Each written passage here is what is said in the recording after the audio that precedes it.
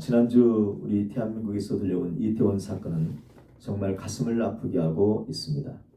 꽃 같은 아이들이 황당한 죽음을 당했습니다. 가는 것은 순서가 없다는 말이 있지만 이 아이들을 둔 부모들의 마음이 얼마나 찢어지게 아플까요? 죽음 사망은 저 멀리에 있는 다른 사람들의 이야기인 줄 알았는데 내 자식이 죽어서 죽음으로 오다니요. 사건의 세밀한 은밀한 내용은 당국의 조사에 의해서 밝혀지겠지만 정말 가슴 아픈 사건이 아닐 수 없습니다. 성도 여러분, 삶과 죽음은 종이 한 장 차이에 불과하다는 것을 다시 알게 해주는 사건입니다.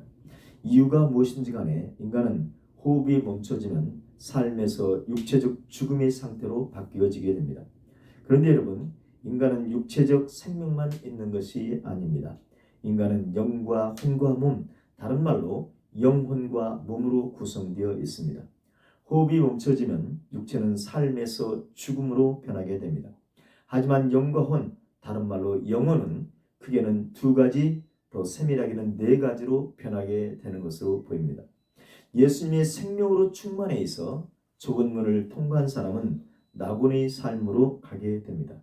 그러나 예수님을 믿는다고 고백했지만 좁은 문을 통과하지 못한 사람은 바다라는 곳으로 가게 되고요. 예수 생명이 없는 사람은 사망과 음부로 옮겨지게 되는 사람이 있고, 직접 무적행인 음부를 거치지 않고 곧바로 게헨나 유황 불못으로 가는 사람들도 있습니다. 계시록 20장 12절, 계시록 17장 8절, 17장 16절, 계시록 18장 8절로 9절, 20장 20절 말씀을 참고로 했습니다.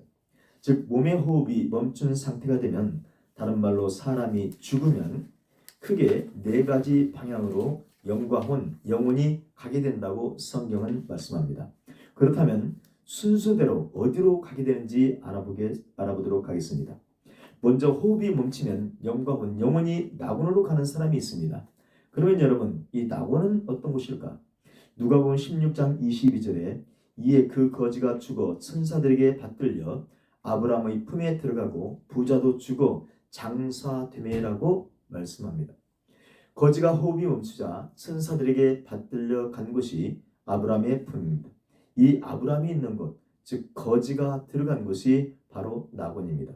신약 성경에서 예수님 다음으로 유명한 사람인 바울 사도는 고린도후서 12장 4절에서 낙원을 언급하고 있습니다. 고린도서 12장 2절로 4절입니다. 내가 그리스도 안에 있는 한 사람을 아노니 그는 14년 전에 셋째 하늘에 이끌려 간 자라. 그가 몸 안에 있었는지 몸 밖에 있었는지 나는 모르거니와 하나님은 아시느니라. 그가 낙원으로 이끌려가서 말로 표현할 수 없는 말을 들었으니 사람이 가히 이르지 못할 말이로다. 아멘.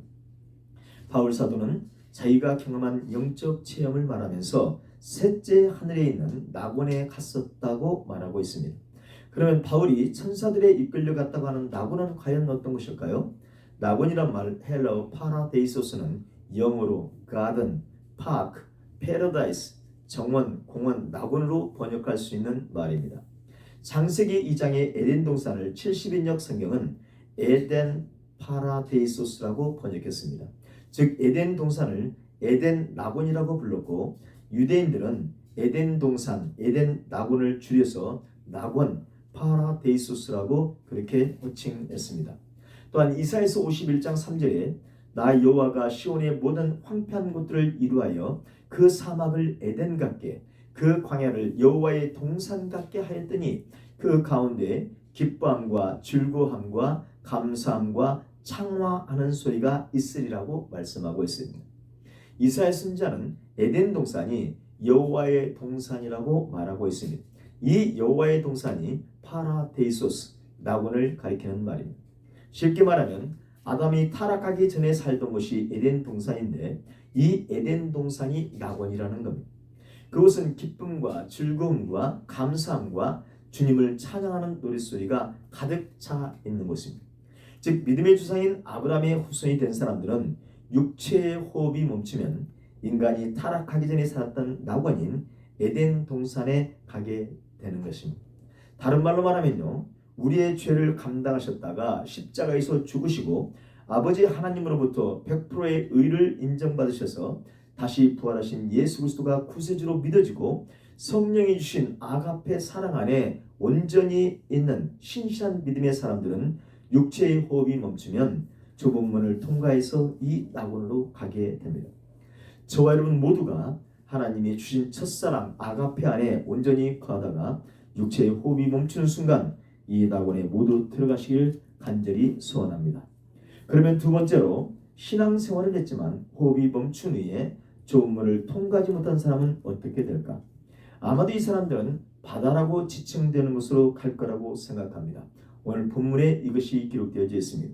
오늘 본문 요한계시록 20장 11절로 15절 말씀을 압도하겠습니다.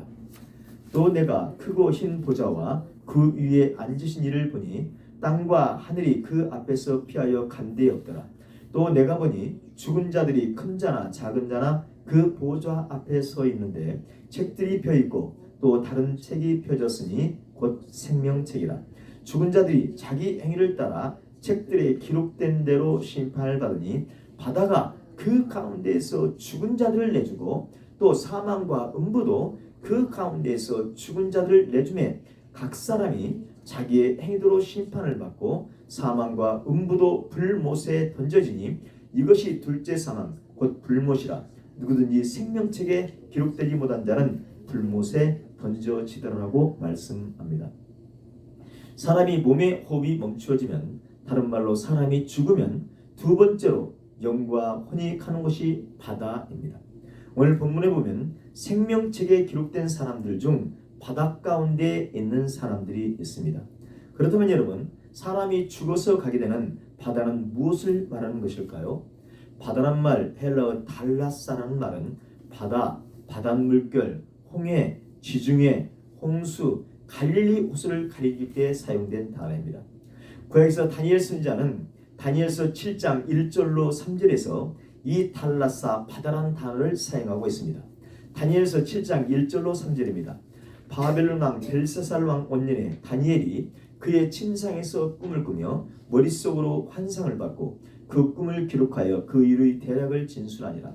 다니엘이 진수하이르되 내가 밤에 환상을 보았는데 하늘의 네 바람이 큰 바다로 몰려 불더니 큰 짐승 넷이 바다에서 나왔는데 그 모양이 각각 다르더라고 기록하고 있습니다. 다니엘이 잠을 자다가 꿈과 환상을 보게 되었는데요. 그 대략을 기록한 것이 그 유명한 네 짐승을 본 이야기입니다. 다니엘은 죽은 사람의 영과 혼, 영혼이 가게 되는 바다 달라사에서 네 짐승이 나오는 것을 보았다고 기록하고 있습니다. 신약성경에서 예수님은 마태복음 18장 1절로 10절에서 바다를 지옥불과 대비해서 말씀하셨습니다. 마태복음 18장 1절로 10절입니다. 그때 제자들이 예수께 나와 이르되 천국에서는 누가 크니이까? 예수께서 한 어린 아이를 불러 그들 가운데 세우시고 이르시되 진실로 너희에게 이르노니 너희가 돌이켜 어린 아이들과 같이 되지 아니하면 결단코 천국에 들어가지 못하리라. 그러므로 누구든지 이 어린아이와 같이 자기를 낮추는 사람이 천국에서 큰 자니라. 또 누구든지 내 이름으로 이런 어린아이 하나를 영접하면 곧 나를 영접함이니 누구든지 나를 믿는 이 작은 자 중 하나를 실족하게 하면 차라리 연자맷돌이 그 목에 달려서 깊은 바다에 빠뜨려지는 것이 나으니라. 깊은 바다에 빠뜨려지는 것이 나으니라. 실족하게 하는 일들이 있음으로 말미암아 세상에 화가 있도다. 실족하게 하는 일이 없을 수는 없으나 실족하게 하는 그 사람에게는 화가 있도다. 만일 너의 손이나 너의 발이 너를 범죄하게 하거든 찍어내버리라. 장애인이나 다리 저는 자로 영생에 들어가는 것이 두 손과 두 발을 가지고 영원한 불에 던져진 것보다 나으니라. 만일 너의 눈이 너를 범죄하게 하거든 떼어내버리라. 하늘로 영생에 들어가는 것이 두 눈을 가지고 지옥불에 던져지는 것보다 나으니라. 삼가 이 작은 자 중에 하나도 없인 여기지 말라.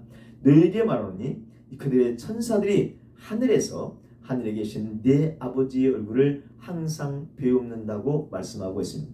예수님께서는 작은 아이 하나를 실족하게 하면 차라리 연자맷돌이 목에 달려서 깊은 바다에 빠뜨려지는 것이 더 좋을 것이라고 말씀합니다. 왜냐하면 작은 아이 하나를 실족하게 한 사람은 영원한 불에 던져질 것이기 때문이라는 겁니다. 여기서 예수님께서는 죄를 하다가 어린 아이처럼 하나님의 말씀에 절대 순종하는 성도에게 상처를 주는 사람들은 차라리 바다에 빠뜨려 달라고 하게 될 것이라고 지금 말씀하고 있는 것입니다. 왜요? 그 사람이 가게 될 곳은 영원한 불이기 때문입니다. 무서운 경고의 말씀입니다. 또한 죄를 범하고도 회개하지 않는 사람은 영원한 불에 던져진다고 말씀하고 있음을 우리는 명심해야 합니다. 또한 예수님 다음으로 유명인사인 바울 사도도 고린도전서 10장 1절로 5절에서 이 달라사 바다라는 단어를 사용합니다. 고린도전서 10장 1절 5절입니다. 형제들아 나는 너희가 알지 못하기를 원하지 아니하노니 우리 조상들이 다 구름 아래에 있고 바다 가운데로 지나며 모세에게 속하여 다 구름과 바다에서 세례를 받고 다 같은 신령한 음식을 먹으며 다 같은 신령한 음료를 마셨으니 이는 그들을 따르는 신령한 반석으로부터 마셨음에 그 반석은 곧 그리스도시라. 그러나 그들의 다수를 하나님이 기뻐하지 아니하셨으므로 그들이 광야에서 멸망을 받았다라고 말씀하고 있습니다. 물론 여기에서 바다는 이스라엘 민족들이 지나온 홍해를 의미하는데요.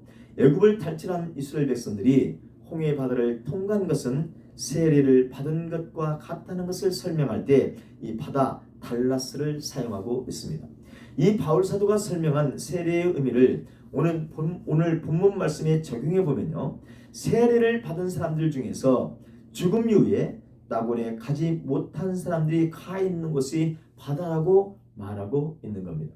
즉 신앙생활을 했으나 온전한 의를 이루지 못해서 좁은 문을 통과하지 못한 사람들의 영과 혼, 한마디로 영혼이 머물러 있는 곳이 바다입니다. 그렇다면 마지막 예수님의 백보자 심판 때에는 예수님을 구세주로 인정하고 세례는 받았지만 낙원에 가지 못한 사람들이 가 있던 그 바다에 있던 영혼들도 모두 다 그 바다에서 나와서 죽기 전에 이 세상에서 살았던 자기 행위대로 최후의 심판을 받게 되는 것입니다.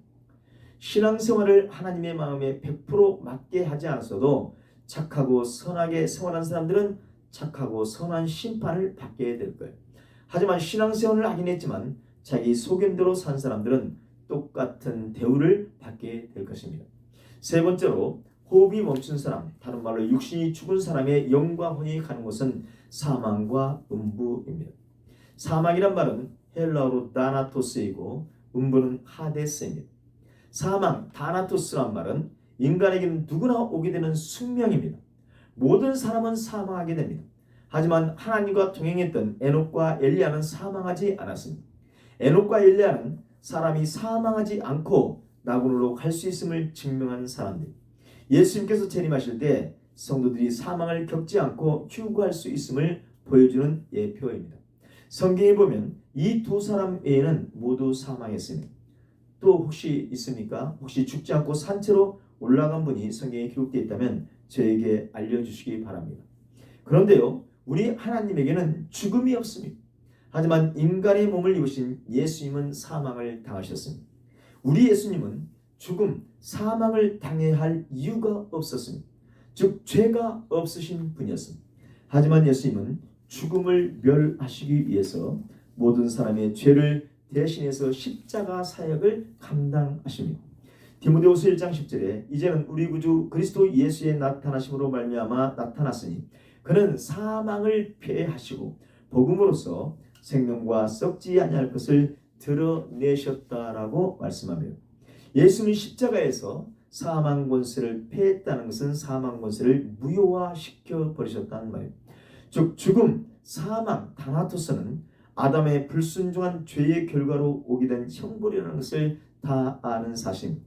로마서 5장 12절에 그러므로 한 사람으로 말미암아 죄가 세상에 들어오고 죄로 말미암아 사망이 들어왔나니 이와 같이 모든 사람이 죄를 지었으므로 사망이 모든 사람에게 이르렀다라고 말씀합니다.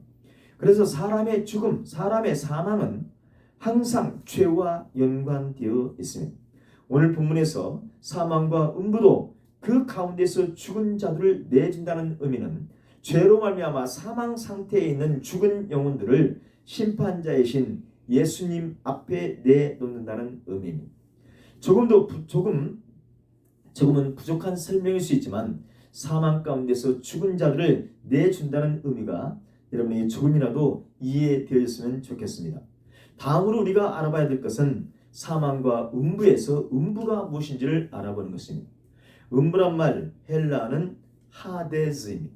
이 하데스는 빛이 없는 곳, 빛이 보이지 않는 곳이라는 의미에서 만들어졌을 것이라고 학자들은 생각합니다. 그래서 하데스, 이 음부란 단어는 죽은 영혼이 거하는 장소란 의미로 사용되지며, 또한 히브리어 스올과 같은 쇠올과 같은 의미로 무덤, 지옥, 구덩이로 사용되었고 특히 음부란 말로 번역됐습니다. 구약 성경에서 이 하데스 음부는 돌아오지 못할 어둡고 암울한 곳으로 표현됩니다. 욥기서 10장 21절로 22절입니다. 내가 돌아오지 못할 땅 곧 어둡고 죽음의 그늘진 땅을 가기 전에 그리 하옵소서. 땅은 어두워서 흑암 같고 죽음이 그늘이 져서 아무 구별이 없고 광명도 흑암 같으니이다. 라에서 이 사용되지는 말.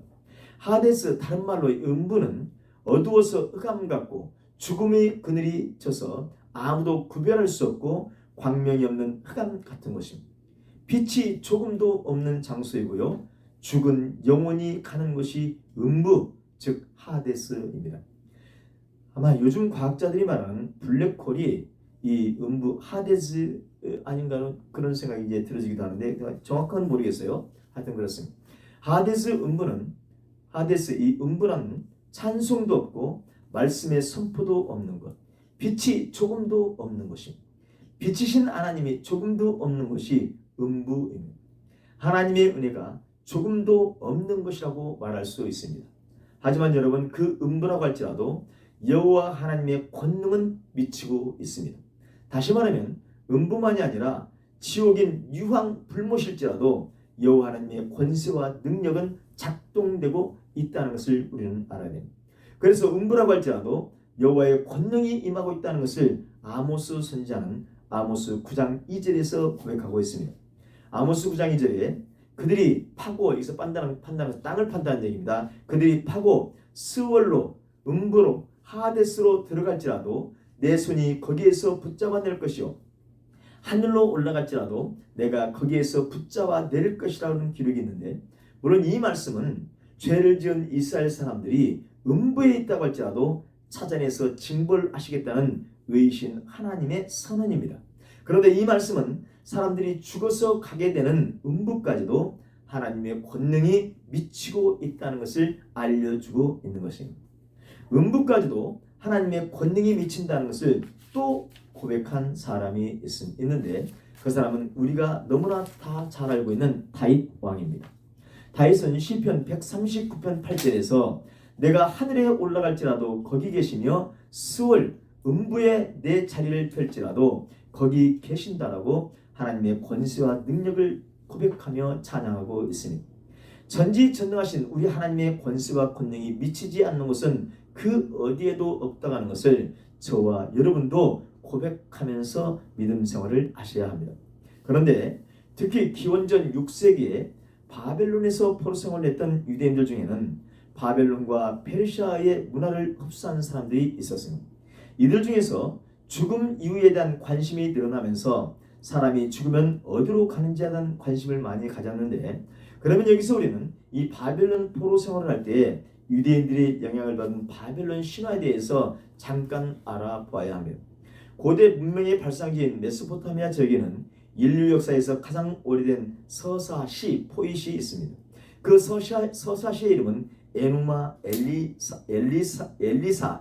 엘리시인데요. 이 에누마 엘리시는 7개의 점토판에 씌어져 있고 약 1100줄이 넘는 긴 서사시입니다. 이 점토판의 내용이 바로 바벨론 신화입니다. 메소포타미아 문명을 읽은 수메르인들은 지금 이라크 바그다드 인근에 바빌로니아라는 거대한 신의 도시를 건설했는데요. 이 바벨론 사람들이 기록한 서사시인 에누마 엘리시에 있는 바벨론 신화의 내용은 대략 다음과 같습니다. 태초에 신들만이 살았다. 신의 나라에선 힘센 자만이 지배자로 군림할 수 있었다. 땅의 신 에아는 신들 중에서 가장 힘세고 잘생긴 태양의 신 말뚝 마르두크를 말뚝을 낳았다. 말뚝신은 많은 사생아를 낳은 바다의 신 타마트와의 전쟁을 선포했다. 말뚝은 더럽 어렵고 위험한 싸움을 벌여서 마침내 티아마트와 그의 사생아들을 무찌르고 신중의 신이 되었다. 꼭 신들이 인간처럼 묘사되고 있죠. 바벨론 신화는 이렇게 혼돈과 질서와의 싸움이 반복해서 연속됩니다. 선과 질서를 의미하는 말뚝신은 악과 혼돈을 의미하는 티아마트와의 전쟁에서 승리합니다. 이 말뚝신이 바로 태양신입니다. 태양신. 태양신이 승리했다고 해서 곧바로 그런데 평화가 오는 것은 아니었어요. 또 전쟁은 반복됐습니다. 이 태양신을 차지한 말뚝은 마르두크는 지구라트라는 대규모 피라밋을 만들었는데 아예 법을 만들어서 다른 신들도 지키도록 했습니다. 신의 세계에서도 법이 필요하다는 것을 메소포타미아인들은 깨달았고 이런 사고방식이 있었기 때문에 인류 최초의 법전인 하므라비 법전을 그들이 만들 수 있었습니다. 이 바벨론 사람들은 해마다 연초에 열 하루의 축제를 열었는데 이 축제 기간에는 진짜 왕과 가짜 왕이 대결을 벌입니다. 가짜 왕 측의 선 백성들은 진짜 왕의 잘못한 정치를 비난하고 가짜 왕을 옹립해서 왕권에 도전합니다. 두 왕이 며칠간 싸우는 사이에 혼돈이 계속되겠죠. 축제 마지막 날에는 진짜 왕이 가짜 왕을 무찌르고 다시 왕위에 등극하는데 그리고 또다시 1년간의 질서를 유지된다. 이런 내용을 가진 것이 바로 바벨론 신화입니다. 이 바벨론 신화는 가나안 지역의 신화에 영향을 주었고 똑같은 시대에 나일강 유역의 애굽에서도 태양신을 섬기고 피라밋을 짓는 모습으로 나타납니다. 그런데 여호와 하나님을 믿지 않는 종교학자들은 이 바벨론 신화가 구약 성서를 집필하는 데 많은 부분이 반영됐다고 잘못된 주장을 해서 특히 젊은 사람들이 교회를 떠나는 데 큰 영향을 미치고 있습니다. 그런데 이 메소포타미아의 성수라고 할 수 있는 지구라트를 바로 성경에서는 바벨탑이라고 기록하고 있습니다. 뭐라고요? 바벨탑으로 기록하고 있습니다. 구약 성경에 자주 나오는 이교도들이 있는데 이 바벨론 신화나 가나안 신화를 믿는 사람들, 즉 태양신을 숭배하는 사람들을 성경은 이교도들이라고 기록하고 있습니다. 그래서 하나님은 애굽에서 태양신을 섬기기도 했던 모세에게 이 태양신을 철저하게 파괴하라고 명령하십니다. 레위기 26장 1절에 기록되어 있습니다. 너희는 자기를 위하여 우상을 만들지 말지니 조각한 것이나 주상을 세우지 말며 너희 땅에 조각한 석상을 세우고 그에게 경배하지 말라. 나는 너희의 하나님 여호와입니다. 아멘. 하나님은 이스라엘 백성들에게 모세를 통해서 말씀하셨어요. 명령하셨어요. 너희 자신을 위해서 우상을 만들지 말고 조각한 것이나 돌기둥이나 나무 기둥을 세우지 말고 조각한 석상을 세우지 말라. 여러분, 출애굽한 이스라엘 백성들이 뭘 조각해서 가지고 다니고 뭘 조각해서 석상을 세웠을까요? 애굽에는 태양신인 라를 숭배했고 또 풍요의 신인 소를 섬겼습니다. 우리들은 우상하면 금송아지만을 생각하는데 바로 태양신인 라도 있습니다. 태양신인 라는 동그라미 원을 그리기만 하면 되었기 때문에 조각하기도 너무도 쉬웠어요. 출애굽한 이스라엘의 많은 사람들이 산당에서 이 태양신을 섬겼기 때문에 하나님은 레위기 26장 30절에서 내가 너희의 산당들을 헐며 너희의 분향단들을 부수고 너희 시체들을 부서진 우상들 위에 던지고 내 마음이 너희를 싫어할 것이라고 말씀하셨어요. 이렇게 말하면 아니 이 말씀에는 태양신 라가 없지 않습니까? 라고 반문하는 사람들이 있을 수 있는데 그러면 이 레위기 26장 30절에서 무엇이 태양신인 라인지를 설명드리도록 하겠습니다. 이스라엘 백성들이 섬겼던 이교 산당에는 우상만 있는 것이 아니라 분향단이라는 것이 있었습니다. 이 분향단이 바로 태양상입니다. 이방 종교에 있었던 분향단이 바로 뭐라고요? 태양상이에요. 이 분향단이란 말은 칸만이란 말인데요. 칸만. 이 칸만이라는 단어를 역대하 14장 5절에서 태양상이라고 번역하고 있습니다. 역대하 14장 5절입니다. 또 유다 모든 성읍에서 산당과 태양상을 없애며 나라가 그 앞에서 평안함을 누리니라고 기록하고 있습니다. 솔로몬의 증손자인 아사 왕이 자기 증조 할아버지인 솔로몬에 의해서 만들어진 모든 산당과 우상들을 없앨 때에 같이 없앴던 우상이 바로 태양상이었습니다. 하지만 이후 정치적인 목적에 의해서 다시 이교 산당들이 세워졌고 므낫세 왕에 의해서 유다 전체가 우상과 태양신을 섬기게 되자 드디어 하나님은 유다를 버려버리시고 바벨론을 도구 삼아서 유다를 멸망시켜 버리신 겁니다. 어쨌든 애굽의 우상들과 같은 형태인 이 메소포타미아 지역의 바벨론 신화에 따르면 이 세상은 힘있는 자가 나타나서 혼돈과 무질서를 정리하고 질서를 되찾으며 평화를 구축한다고 주장합니다. 메소포타미아 지역은 이집트와 함께 BC 4000년경에 인류 최초의 문명이 나타난 지역이라고 사학자들은 얘기합니다.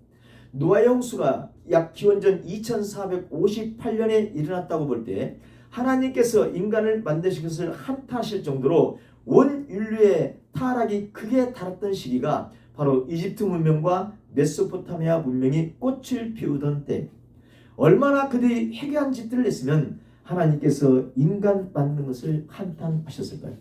오죽하면 사랑의 하나님께서 노아의 8 식구에 의해 모든 인간을 물로 죽여버리셔야 했겠습니다. 어쨌든 그 시대의 바벨론 사람들은 바빌로니아가 세계의 중심이라고 생각했어요. 철저하게 자기들 중심으로 생각한 것입니다. 그런데 이 티그리스강과 유프라테스강 양강의 중심은 아주 비옥한 삼각지, 비옥한 땅이 형성되어 있었습니다. 이곳은 사막 한가운데서도 비옥한 농경지대를 형성했기 때문에 많은 주변의 나라들이 이 군침을 삼키고 침략해 들어왔습니다. 그래서 나라의 이름도 여러 번 바뀌었고 그 중심을 대표하는 민족도 여러 번 교체됩니다. 그래서 이 바빌론의 역사를 대략 보면 먼저는 터키 산악지대의 부족인 아시리아에 의해서 정복당했고요. 이어 페르시아에 의해서 정복당했고 그 다음은 그리스의 알렉산더 대왕에 의해서 지배당했고 그 다음은 로마 제국에 의해서 지배당했고 그 다음은 몽골족도 이 땅을 지배합니다. 그 다음은 투르크 제국이 지배했고 근대에는 우리가 잘 알고 있는 대영 제국 시대의 영국이 이 땅을 지배했었습니다.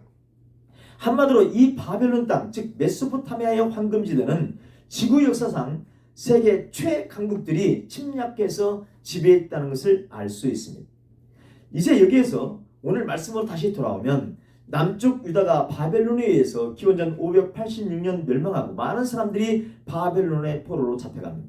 이 바벨론 포로 시기에 이스라엘 사람들은 셰올, 음부의 의미를 사람들이 죽어서 가게 되는 징벌의 장소로 여기기 시작했습니다. 왜 그랬을까? 아마도 포로 생활하면서 바벨론 종교와 사탄 문화를 아주 심각하게 접하게 됐고 그 생활이 자연스럽게 유대인들의 종교 생활에도 영향을 미쳤기 때문입니다. 여호와 신앙의 이방 신앙이 합쳐진 혼합 종교 형태가 완전히 굳어지고 만 것입니다. 그래서 에스라 이야기도 해야 되는데 거기까지 넘어가면 너무 나가기 때문에 오늘은 그냥 에스라 시대의 얘기는 통과하도록 하겠습니다. 그래서 바벨론 포로 생활 이후 가나안 땅에 귀환한 유대 랍비들은 스월, 하데스, 음부의 의미를 불신자들이 죽어서 죽은 사람의 영혼이 가게 되는 징벌받는 장소로 인식하고 있었습니다.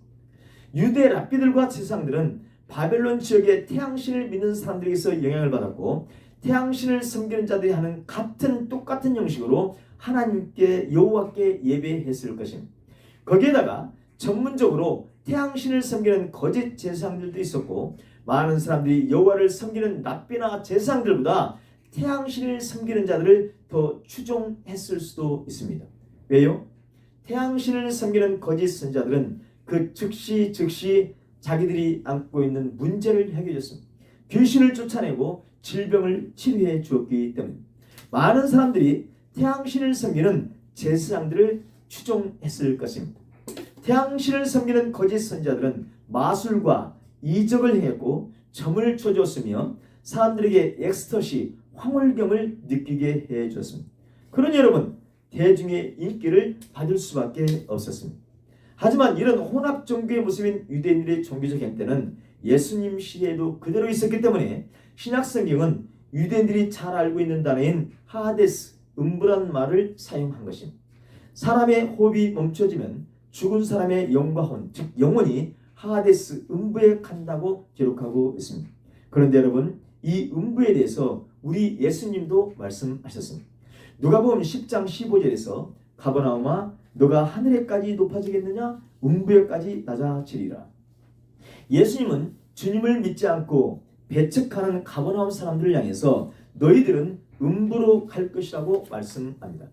바울 사도는 고린도전서 15장 51절로 58절에서 천사가 마지막 나팔을 불면 계시록 11장 15절 내용을 참조하시기 바랍니다.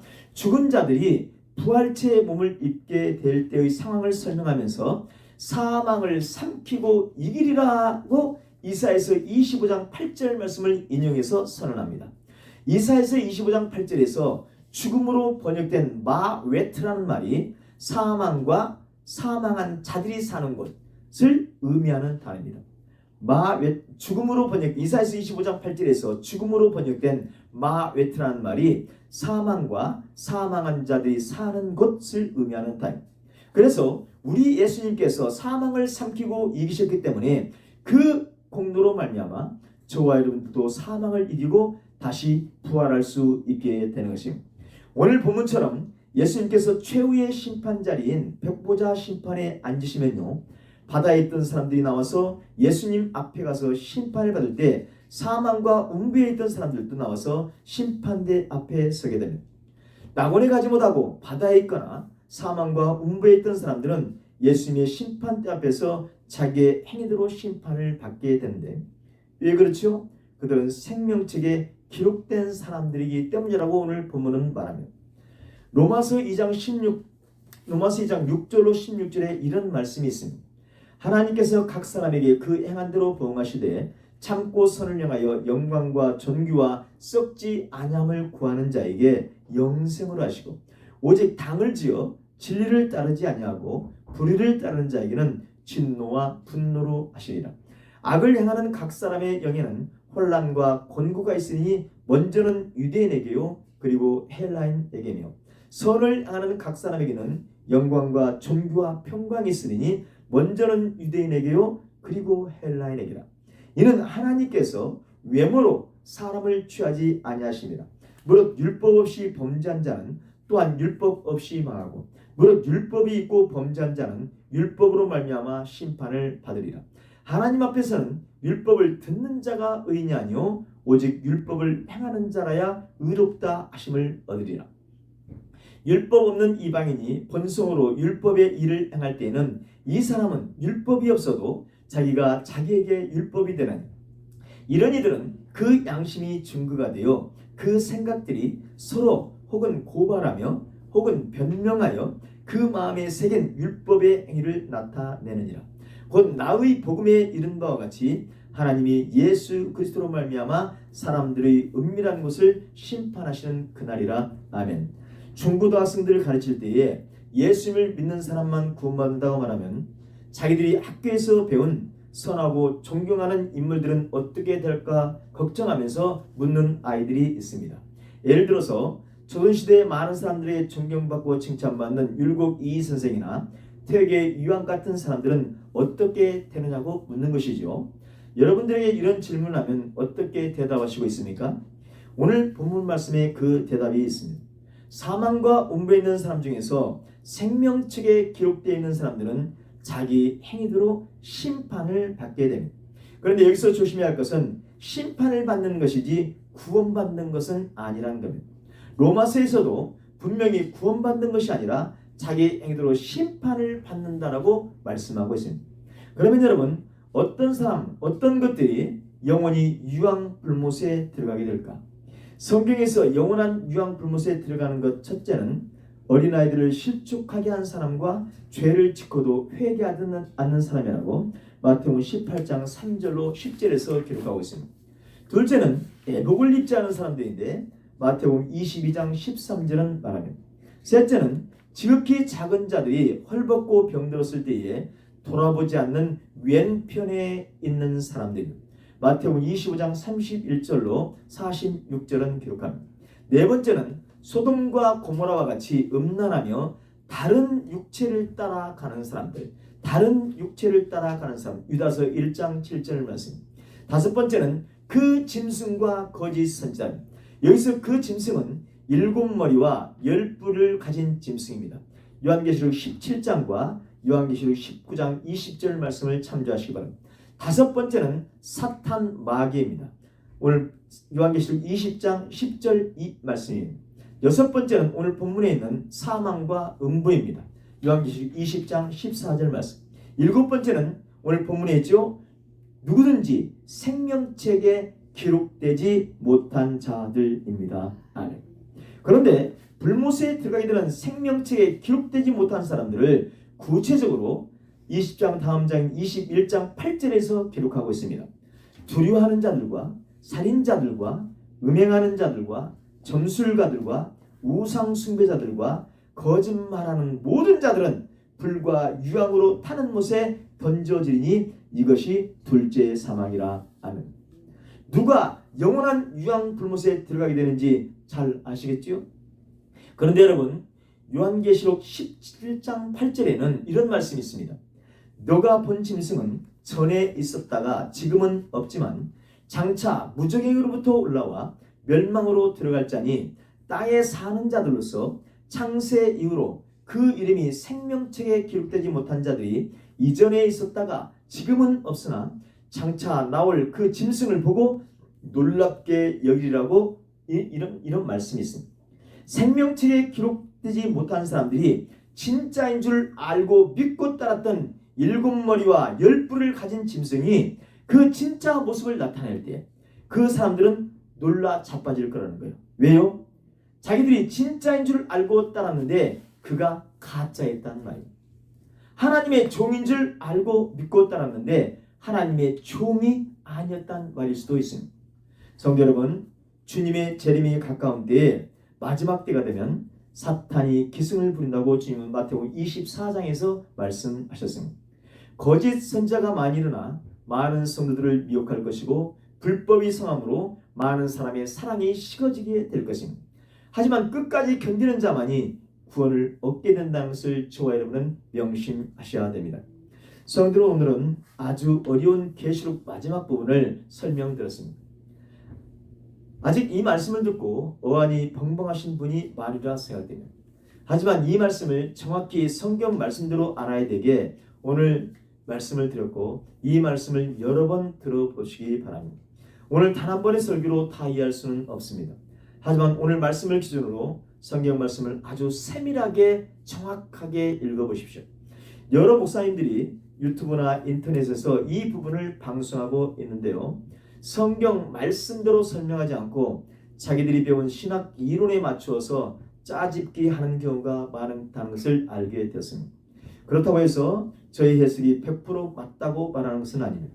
혹시라도 저희 해석이 잘못됐다면 연락해 주십시오. 그러면 저도 다시 연구해보고 틀린 부분이 있다면 수정하도록 하겠습니다. 다만 오늘 이렇게 저의 해석을 말씀드린 것은 이 부분을 아는 것이 너무나 중요하기 때문입니다.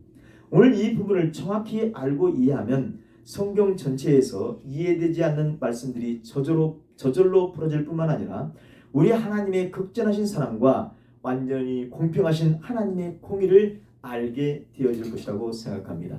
정말 어려운 부분을 끝까지 들으셔서 감사합니다.